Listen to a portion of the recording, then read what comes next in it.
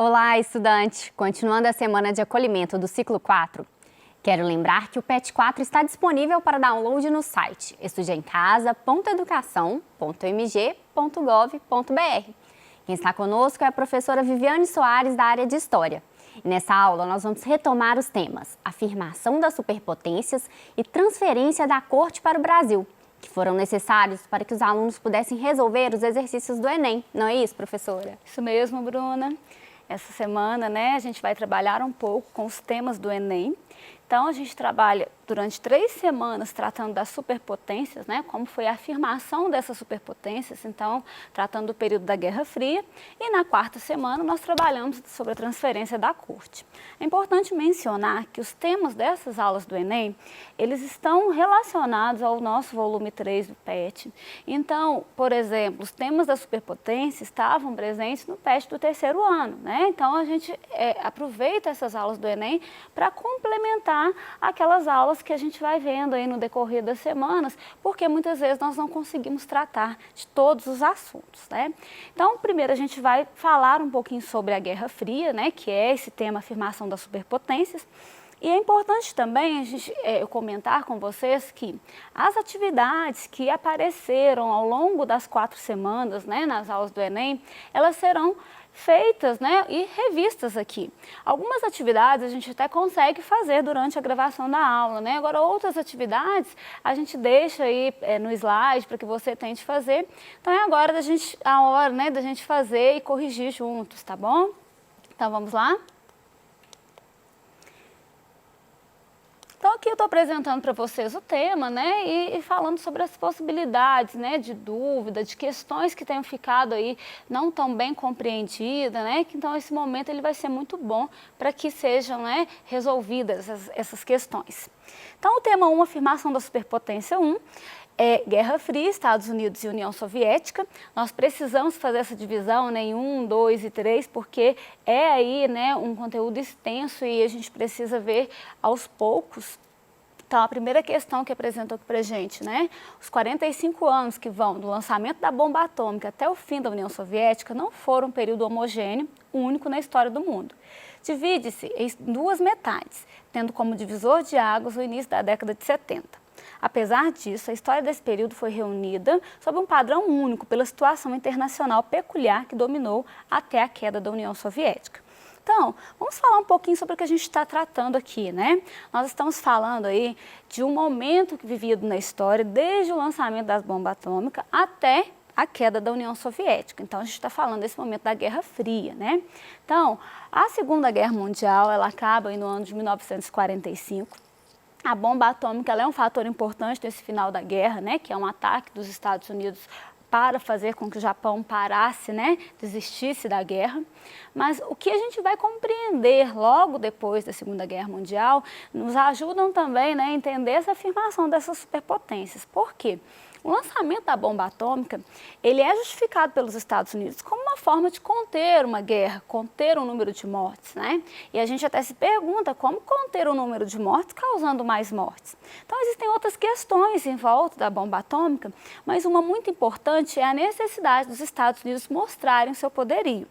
Muito importante para a gente compreender o que a gente está estudando. Por quê? Da mesma forma que os Estados Unidos buscavam se afirmar para o mundo enquanto uma superpotência, mostrando aí, inclusive, seu poder bélico por meio da bomba atômica, a gente tinha também a União Soviética tentando se afirmar enquanto superpotência. Então, nesse período histórico, que a gente está trabalhando aí, chamado de Guerra Fria, o mundo se viu dividido, numa ordem bipolar, em que a gente tinha de um lado os Estados Unidos se afirmando e tentando fazer com que o capitalismo fosse o modelo predominante e de outro lado nós tínhamos a União Soviética se afirmando e tentando fazer com que o socialismo fosse o modelo predominante, Então é nesse contexto aí que a gente entende, vários conflitos que vão acontecer, muitos conflitos são diretos, mas não entre União Soviética e Estados Unidos, A gente tem exemplo a Guerra do Vietnã, a Guerra da Coreia, que são conflitos que eles interferem, né? As duas potências, né? Elas interferem, embora entre elas, entre Estados Unidos e União Soviética, não houve conflito direto. Daí o nome Guerra Fria, né? Essa ausência aí desse contato, desse conflito direto que dá esse nome. Então vamos ver aqui a questão. O período citado no texto e conhecido por Guerra Fria pode ser definido como aquele momento histórico em que houve, então letra A, corrida armamentista entre as potências imperialistas europeias, ocasionando a Primeira Guerra Mundial. Então, a gente acabou de falar, né, que é depois da Segunda Guerra Mundial, por aí a gente eliminaria essa questão. Letra B, domínio dos países socialistas do sul do globo pelos países capitalistas do norte. Então, nós falamos, né, a respeito de como o mundo está dividido, mas nós não estabelecemos diretamente, inclusive marcando territorialmente falando, né, qual lado de cada um, nós não tratamos, né. Letra C, choque ideológico entre a Alemanha nazista e União Soviética stalinista durante os anos 30. Essa a gente pode eliminar porque a gente falou de Estados Unidos e União Soviética. Letra D, disputa pela supremacia da economia mundial entre o Ocidente e as potências orientais, como China e o Japão. Né? Também a gente viu que não é essa questão ligada ao Oriente e Ocidente. Né? Então, letra E, constante confronto das duas superpotências que emergiram da Segunda Guerra Mundial. Né? Então, revelando aí, a gente está falando exatamente disso, né? Desse período em que os dois países eles vão se confrontar, ainda que não seja totalmente na questão bélica, né? Mas eles vão se confrontar também no campo ideológico, né? No campo do poder econômico, desenvolvimento tecnológico, era a forma também, né, utilizada aí para mostrar o poder. Então, vamos para a segunda semana, né? O nosso tema continua, então, né? A parte 2 aí do nosso assunto. Eu começo aí mostrando uma manifestação pela paz, né? A gente tratou sobre isso na aula, em como John Lennon tentou, né, utilizar a fama dele para promover a paz, quando ele abre, né, no hotel o momento da sua lua de mel para que entrem ali os repórteres, né? Na verdade, a gente entende que é uma manifestação pela paz no momento em que o mundo vivia aquela tensão, vivia aquele conflito, não só a tensão ideológica, como a gente comentou, né, em vários pontos do mundo a gente tinha o conflito real, né, a guerra acontecendo. Então, era uma forma de se manifestar aí, né, de tentar promover a paz nesse período. Então, aqui a gente tem outra imagem também desse período que já faz parte da nossa questão, né? Ela vem com a legenda Amor e não Guerra e mostra aí alguns jovens, né, carregando cartazes em protestos contra a guerra do Vietnã. Então, a questão é do Enem de 2012, ela diz o seguinte: nos anos que se seguiram à Segunda Guerra, movimentos como Maio de 1968 ou a campanha contra a Guerra do Vietnã culminaram no estabelecimento de diferentes formas de participação política. Seus slogans, tais como "Quando penso em revolução, quero fazer amor", se tornaram símbolos da agitação cultural nos anos 60, cuja inovação relacionava-se. Então, a gente fez um panorama aqui, né, falando dos movimentos, principalmente da juventude, né, que são movimentos em vários campos, inclusive, como a gente falou, a questão da guerra aí, da guerra do Vietnã. Então, esses movimentos, eles se relacionavam. Letra A, contestação da crise econômica europeia, que fora provocada pela manutenção das guerras coloniais. B, a organização partidária da juventude comunista, visando o estabelecimento da ditadura do proletariado. C, a unificação das noções de libertação social e libertação individual, fornecendo um significado político ao uso do corpo. Letra D, a defesa do amor cristão e monogâmico com fins à reprodução, que era tomado como solução para os conflitos sociais.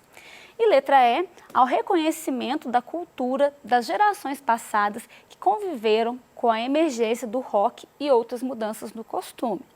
Então, eu vou revelar essa questão e a gente faz o comentário, né, à medida em que a gente vai resolvendo. Então, a letra C, a unificação das noções de libertação social e libertação individual, fornecendo um significado político ao uso do corpo. Então, a gente vai ver que vários movimentos estudantis que vão aí, né, surgir nesse período, são movimentos que eles têm uma pauta que vai se diversificando, né? Então, a gente tem a questão estudantil, mas a gente começa a falar sobre a liberdade, sobre a participação. E aí, quando a gente refere essa questão do uso do corpo, né, como uma forma de manifestação, é justamente dizendo também dos direitos que as pessoas possuíam, né? Mas esses movimentos, eles vão crescer também, chegando aí na esfera, além da individual, da sexual, a gente pode falar que eles vão trazendo outros temas, como, por exemplo, meio ambiente, como a questão aí da participação da mulher, né? Então, tudo isso vai estar muito presente dentro dessas manifestações. Por isso, a resposta letra C. Vamos agora para a terceira semana, né, do nosso tema aí das superpotências, a parte 3. A gente começa com a imagem do Bob Marley, justamente porque nessa terceira semana nós tratamos aí o período em que há um desenvolvimento, uma afirmação das superpotências, mas dando ênfase para algumas questões sociais, né, alguns conflitos que acontecem enquanto está se desenvolvendo essa Guerra Fria. Então, a gente chama muita atenção para o processo de descolonização da Ásia e da África, e dos movimentos que vão surgir, do movimento negro, né, o movimento Rastafari. A gente vai falar desses movimentos que se desenvolvem nesse período, por isso a gente traz como abertura o Bob Marley, que foi um importante representante da luta pelos direitos dos negros, né, no mundo todo. Então, a gente tem a questão aqui com o seguinte texto de contextualização. Tendo encarado a besta do passado olho no olho, tendo pedido e recebido perdão e tendo feito correções, viremos agora à página. Não para esquecê-lo, mas para não deixá-lo aprisionar-nos para sempre. Avancemos em direção a um futuro glorioso de uma nova sociedade sul-africana, em que as pessoas valham não em razão de irrelevâncias biológicas ou de outros estranhos atributos, mas porque são pessoas de valor infinito, criadas à imagem de Deus. Né? Então, esse texto é do Desmond Tutu, que foi utilizado aí no momento importante, que é o encerramento da Comissão da Verdade na África do Sul. Né? Então, de que ele está falando? Né? Ele fala, olha, vamos virar a página, mas não vamos esquecer, mas a gente vai seguir, né? Seguir tendo em mente que somos aí todos iguais, possuidores de direitos, que características biológicas, né, que condições econômicas não podem definir aí o caráter das pessoas, né? Então ele vai aí problematizar essas questões. Então, a respeito desse texto, né, ele é relacionado no texto a consolidação da democracia na África do Sul, à superação de um legado, né? Quando ele fala, vamos virar a página, ele está dizendo, nós precisamos superar algo, né? Então, que legado é esse que ele vai falar para ser superado? Letra A, um legado populista que favorecia a cooptação de dissidentes políticos. Letra B, um legado totalitarista que bloqueava o diálogo com os movimentos sociais. Letra C, um legado segregacionista que impedia a universalização da cidadania. Letra D, um legado estagnacionista que disseminava a pauperização social. Ou letra E, um legado fundamentalista que engendrava conflitos religiosos, né?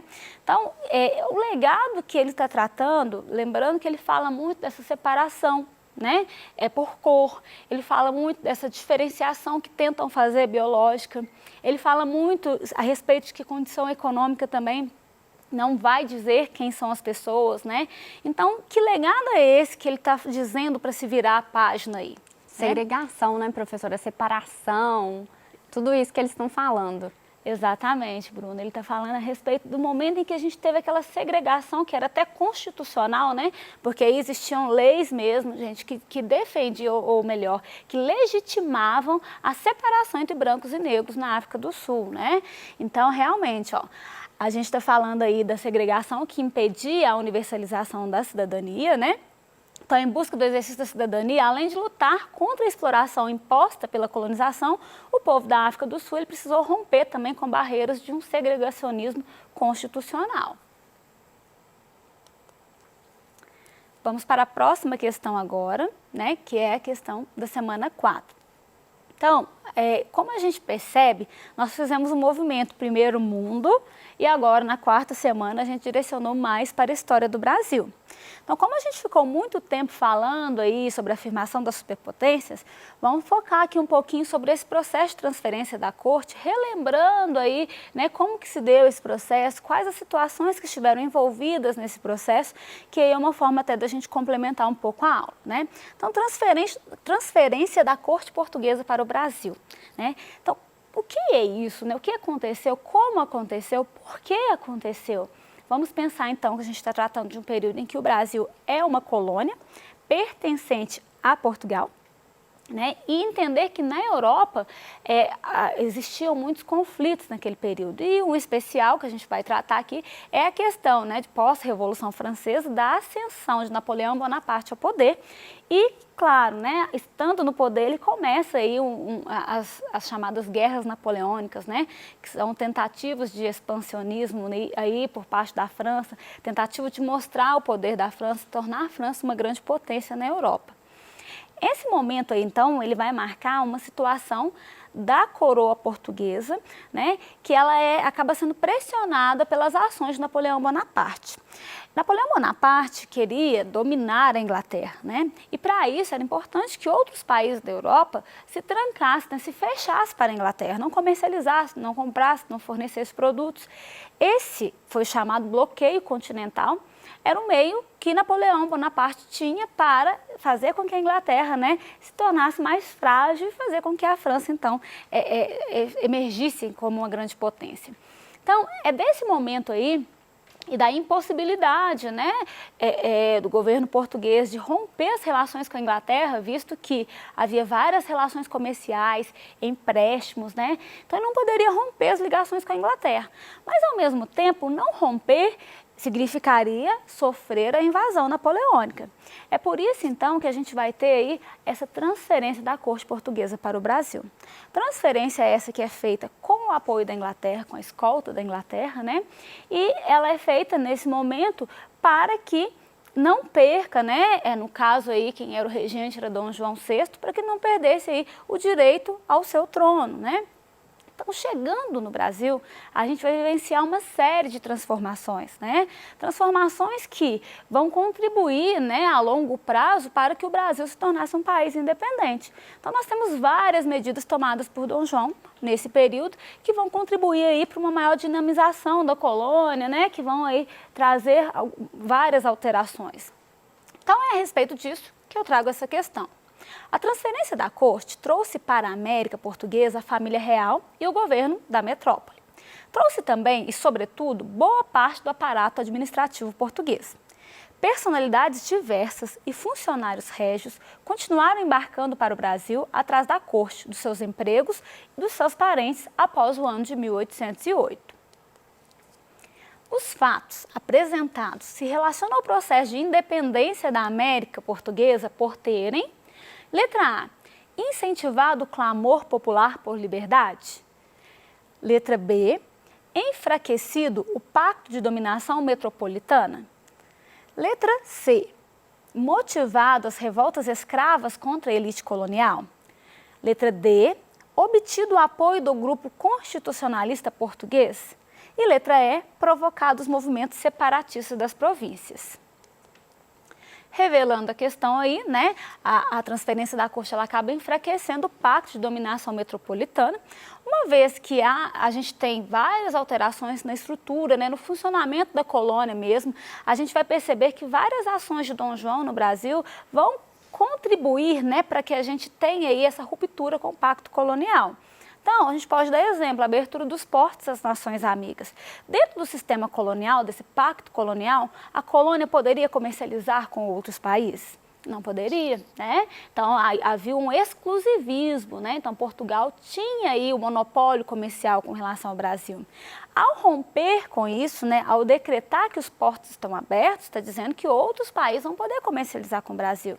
E por isso que a gente entende que essas ações, elas vão contribuir para que o pacto de dominação metropolitana ele seja de fato aí, né, enfraquecido, caminhando para que ele seja realmente, né, rompido. Pessoal, então a gente conclui aqui, né, essa nossa atividade aí de refazer as questões, né?